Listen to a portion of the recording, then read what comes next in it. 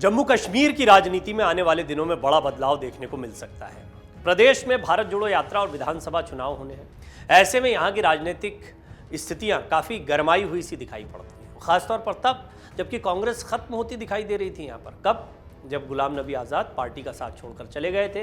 ज़्यादातर बड़े नेता या स्थानीय राजनीति के जो बड़े चेहरे थे वो भी उनके साथ दिखाई पड़ रहे थे। इस सब के बीच में क्या राहत की खबर कांग्रेस के लिए है? भारत जोड़ो यात्रा और राहुल गांधी का क्या असर देखने को मिल रहा है? उनकी यात्रा जम्मू कश्मीर पहुंचने से पहले ये इस रिपोर्ट में आपको बताते हैं। राहुल गांधी की भारत जोड़ो यात्रा के जम्मू कश्मीर में पहुंचने से पहले ही कांग्रेस को बड़ी खुशखबरी हाथ लग सकती है। सियासी गलियारों में चर्चाएं चल रही हैं कि गुलाम नबी आज़ाद अपने समर्थकों के साथ कांग्रेस में वापसी कर सकते हैं।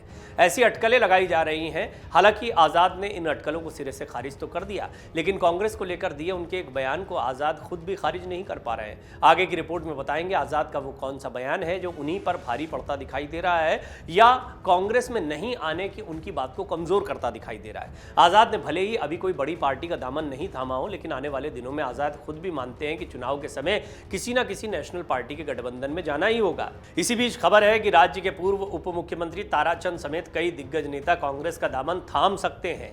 इसके अलावा पूर्व मंत्री पीरजादा मोहम्मद सईद, पूर्व विधायक बलवान सिंह, आज़ाद की डेमोक्रेटिक आज़ाद पार्टी के पूर्व जिला अध्यक्ष विनोद शर्मा भी कांग्रेस का हिस्सा बनेंगे। 1980 से 2020 तक कांग्रेस और सत्ता के शीर्ष पर रहे गुलाम नबी आज़ाद पिछले 3 महीनों से घाटी की खाक छान रहे हैं। कांग्रेस छोड़ने के बाद गुलाम नबी के बीजेपी के साथ जाने की अटकलें लगी। हालांकि आज़ाद ने इसे कोरी अफवाह बताया। ऐसे में सियासी गलियारों में चर्चा शुरू हो गई है कि सियासत में गठबंधन की तरजीह देने वाले गुलाम नबी आज़ाद कब तक आज़ाद रहेंगे।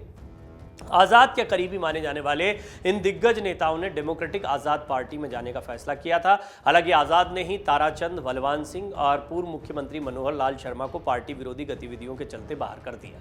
इसके बाद वरिष्ठ वकील और जम्मू और कश्मीर हाईकोर्ट बार एसोसिएशन के अध्यक्ष एम के भारद्वाज समेत करीब 126 नेताओं ने डीएपी छोड़ दी, गुलाम नबी आज़ाद की पार्टी। अब बात करते हैं कि कांग्रेस के ऊपर आज़ाद ने क्या कहा था, जो अब इस ओर इशारा करता है कि क्या उनका नरम रुख कांग्रेस की तरफ देखने को मिल रहा है। जम्मू कश्मीर में एक प्रेस कॉन्फ्रेंस के दौरान आज़ाद ने कहा कि कांग्रेस ही भारतीय जनता पार्टी को चुनौती दे सकती है।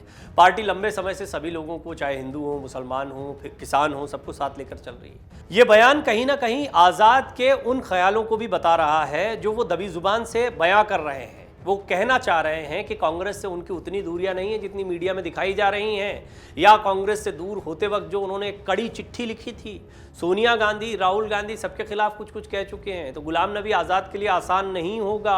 हालांकि आपको बता दें कि इससे पहले कई वरिष्ठ कांग्रेस नेता जो गुलाम नबी आज़ाद के करीब भी रहे, उनका कहना है कि यदि उन्हें वापसी करनी भी है तो उन्हें सोनिया गांधी और राहुल गांधी से पहले बात कर लेनी चाहिए और गिले शिकवे मिटा लेना चाहिए। दूसरी तरफ गुलाम नबी को लेकर यह भी कहा जा रहा है कि आज़ाद कांग्रेस नहीं तो बीजेपी में जा सकते हैं। इस तरह की अटकलें पहले थी, लेकिन अब ये बहुत दूर की कौड़ी दिखाई पड़ती है। 9 फरवरी 2021 के दिन कांग्रेस के वरिष्ठ नेता गुलाम नबी आज़ाद का राज्यसभा में विदाई समारोह चल रहा था। इस दौरान गुलाम नबी आज़ाद की तारीफ जिस तरह से पीएम मोदी ने की थी, उसे उनकी नजदीकियों के तौर पर देखा जा रहा था। प्रधानमंत्री मोदी भावुक हो गए थे। पीएम इतने भावुक हुए कि बोलते बोलते रुक गए, उनके आंसू आने लगे। उन्होंने अपने आंसू पोंछे, फिर टेबल पर रखे गिलास से पानी पिया और कहा सॉरी। इसके बाद उन्होंने अपना संबोधन फिर शुरू किया। राज्यसभा में प्रधानमंत्री मोदी ने कहा था, पद आते हैं, उच्च पद आते हैं, सत्ता आती है और इन्हें किस तरह से संभालना है गुलाम नबी आज़ाद जी से सीखना चाहिए। मैं उन्हें सच्चा दोस्त समझूंगा। प्रधानमंत्री ने कहा कि उनके एक जुनून के बारे में बहुत से लोग नहीं जानते हैं कि वो बागवानी करते हैं, वो यहाँ के घर में बगीचे को संभालते हैं जो कश्मीर की याद दिलाता है। आप इन बातों पर ध्यान दें। कहीं ना कहीं बीजेपी आज़ाद के लिए कुछ बड़ा सोच रही थी।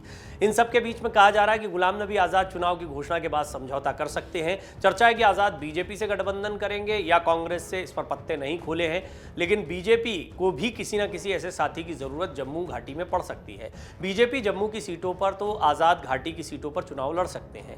चुनाव में अगर बेहतरीन परफॉर्मेंस नहीं आता है तो आज़ाद फिर नई राह पकड़ सकते हैं। इसकी बड़ी वजह उनकी उम्र भी है। आज़ाद कैप्टन की तरह बीजेपी में शामिल हो सकते हैं या अर्जुन सिंह की तरह कांग्रेस में वापसी कर सकते हैं। एक चर्चा यह भी है कि आज़ाद को बीजेपी राष्ट्रपति कोटे से राज्यसभा भी भेज सकती है। ये सारी चर्चाएं हैं और आज़ाद अपने राजनीतिक भविष्य को देख रहे हैं। बहुत समय से हाशिए पर थे। अब कांग्रेस जब एक बार भारत जोड़ो यात्रा की वजह से उन्हें कुछ फ़ायदा मिलता दिखाई दे रहा है, एक नई इमेज मिलती दिखाई दे रही है, तो ऐसे में गुलाम नबी आज़ाद और कपिल सिब्बल भी उनसे पहले जब साथ छोड़कर गए थे तो एक बड़ा डेंट लगा था कि बड़े बड़े नेता कांग्रेस का साथ क्यों छोड़ रहे हैं। तो हो सकता है कि इस बात को रिवर्स किया जा सके कांग्रेस के लिहाज से। बहरहाल अब बात कर लेते हैं कि आज़ाद गांधी परिवार के वफादार होने के बाद भी पार्टी छोड़कर गए क्यों।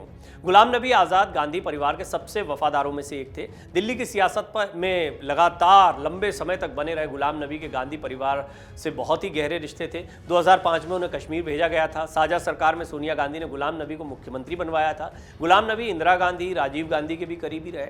वो कांग्रेस के शीर्ष पदों पर आसीन रहे, केंद्र में मंत्री रहे। पार्टी ने उन्हें कई बार बड़े मुद्दों को सुलझाने की कमान सौंपी, वो इसमें सफल भी रहे। साल 2014 में करारी हार के बावजूद गुलाम नबी को पार्टी ने राज्यसभा भेजा और नेता प्रतिपक्ष बनवाया।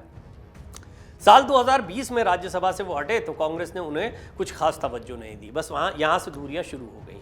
आज़ाद ने पार्टी को लेकर कई बार राहुल गांधी और पार्टी को सुझाव दिए, लेकिन उनकी बात को नहीं सुना गया, ऐसा उनका आरोप रहा, बल्कि उन्हें कश्मीर भेज दिया गया। इसके बाद उनके सब्र का बांध टूटा और उन्होंने पार्टी में सभी पदों से इस्तीफा दे दिया था। अब जब राहुल गांधी की भारत जोड़ो यात्रा कश्मीर में जाने वाली है तो ये कयास लगाए जा रहे हैं कि क्या गुलाम नबी आज़ाद उनके साथ चलते दिखाई दे सकते हैं। हालांकि वो लगातार खारिज कर रहे हैं इस बात को, फिर भी इस बात से इनकार नहीं किया जा सकता है कि गुलाम नबी आज़ाद के लिए अभी कांग्रेस की राजनीति ज्यादा मुफीद दिखाई पड़ती है। इसकी बहुत बड़ी वजह यह है कि बीजेपी में भी अगर आप मुस्लिम चेहरों को देखेंगे तो मुख्तार अब्बास नकवी जैसे बड़े चेहरे हैं, शाहनवाज जैसे बड़े चेहरे हैं, ये वो बड़े मुस्लिम चेहरे रहे हैं जो बीजेपी के साथ लंबे समय से राजनीति करते रहे।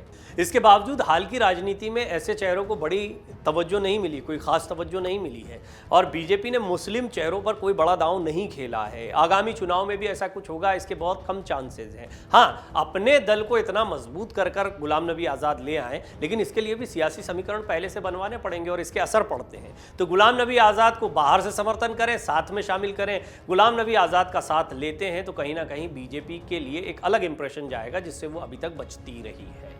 लिहाजा गुलाम नबी आज़ाद भी इन सारे समीकरणों को समझने का प्रयास कर रहे हैं और ऐसे में ये माना जा रहा है, इस बात की बहुत संभावना है कि गुलाम नबी आज़ाद एक बार फिर कांग्रेस का रुख कर सकते हैं।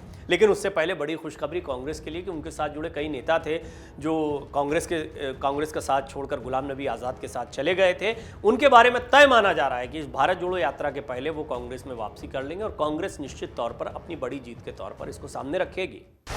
डाउनलोड करें अमर उजाला ऐप और पाएं खबरें लगातार। अगर आप ये वीडियो YouTube पर देख रहे हैं तो हमारे चैनल को सब्सक्राइब करें और बेल आइकन को दबाना ना भूलें। अगर आप Facebook पर ये वीडियो देख रहे हैं तो हमारे पेज को लाइक करें।